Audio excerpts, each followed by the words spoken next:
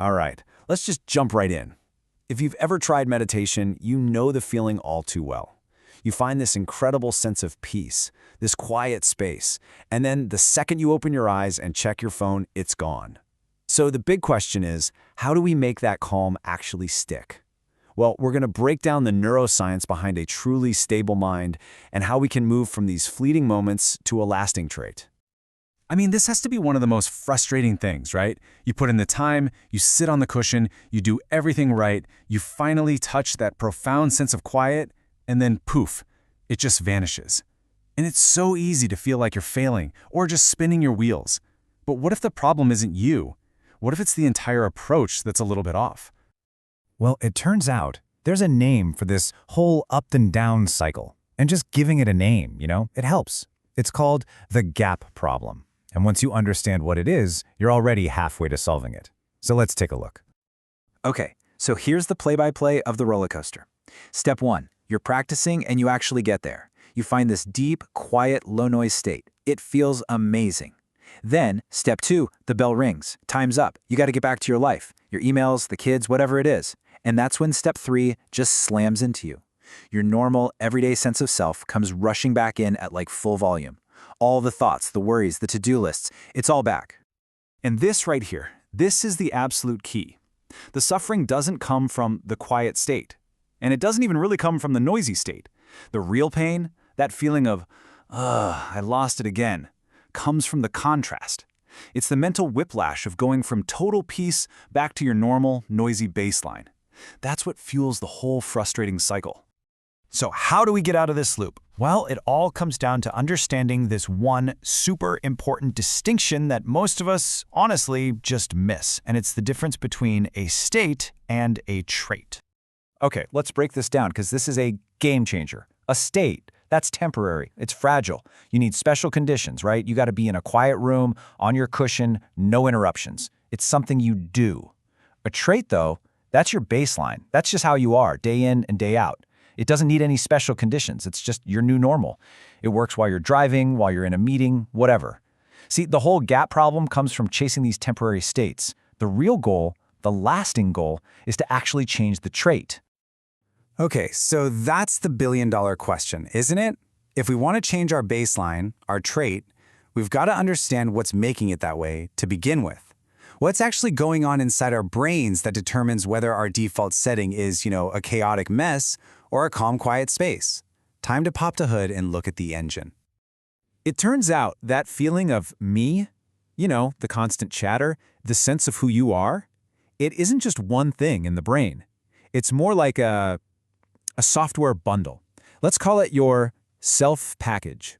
And it's basically run by two key systems in the brain working together.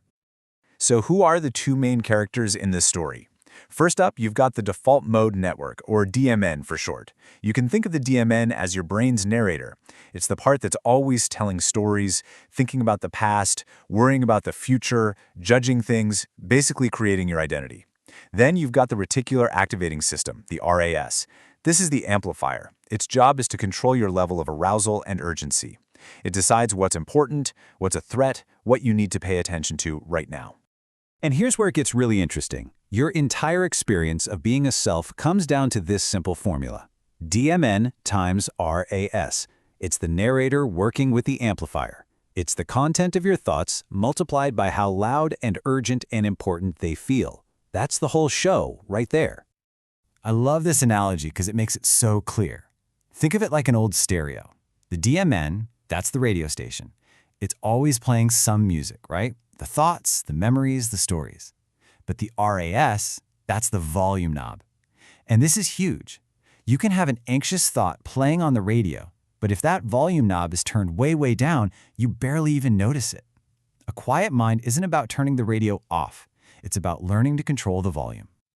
Okay, so now that we have this mental model, the narrator and the amplifier, we can finally see why the way most of us practice is actually, well, kind of high risk. This idea of chasing super deep states sounds like the right thing to do, but it can completely backfire and make the whole problem worse. Check out this sequence of events. You start out with a really strong self package, right? A loud narrator and a super sensitive amplifier. Then you use some intense technique to basically force your way into a deep, quiet state. But then you come back to reality, and that contrast is so massive that it creates this intense craving to get back to the quiet place. And guess which part of your brain is in charge of craving, evaluating, and telling stories about what you just lost? Yup, the DMN, the narrator. So you literally end up reinforcing the exact system you're trying to calm down. It's a perfect trap. And this quote just says it all. The issue is not depth, but order. We are all obsessed with going deeper, deeper, deeper. But if you get to that deep state before you've actually started to quiet the underlying machinery, you're just making the contrast bigger. And the contrast is the source of the suffering. It's not about depth. It's about doing things in the right order. So if that high-intensity path is a dead end, what's the right way?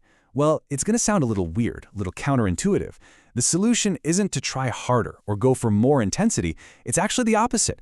It's about low intensity, done consistently over a long, long time. Just look at how this sequence is completely flipped on its head.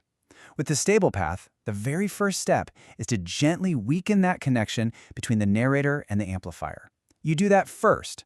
And when you do that, your everyday baseline level of mental chatter just slowly quiets down. There's no big aha moment, no dramatic shift. Calmness just sort of sneaks up on you and becomes your new normal. And because there's no huge contrast, that painful gap just never shows up. But why? Why does low intensity work where high intensity fails? Well, think about it at the brain level.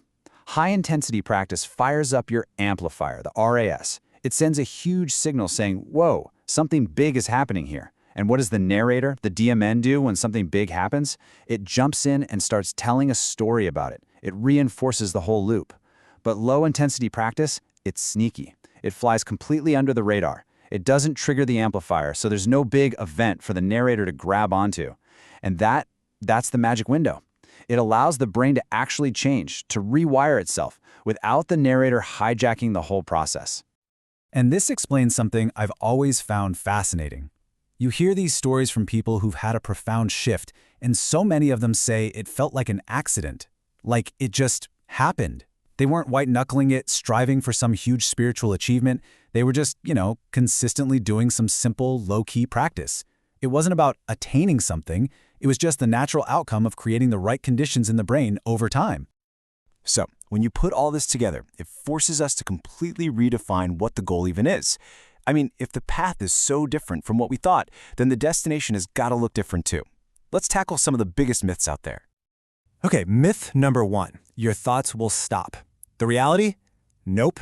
Your brain is going to keep generating thoughts. That's its job. But the volume of those thoughts will be turned way, way down. Their amplitude is minimal. Myth number 2. The self disappears. Again, not really. The self is still there. It's a useful tool. You need it to pay your taxes. But it's just not the star of the show anymore. It's not front and center all day, every day. And this leads to a really profound reinterpretation.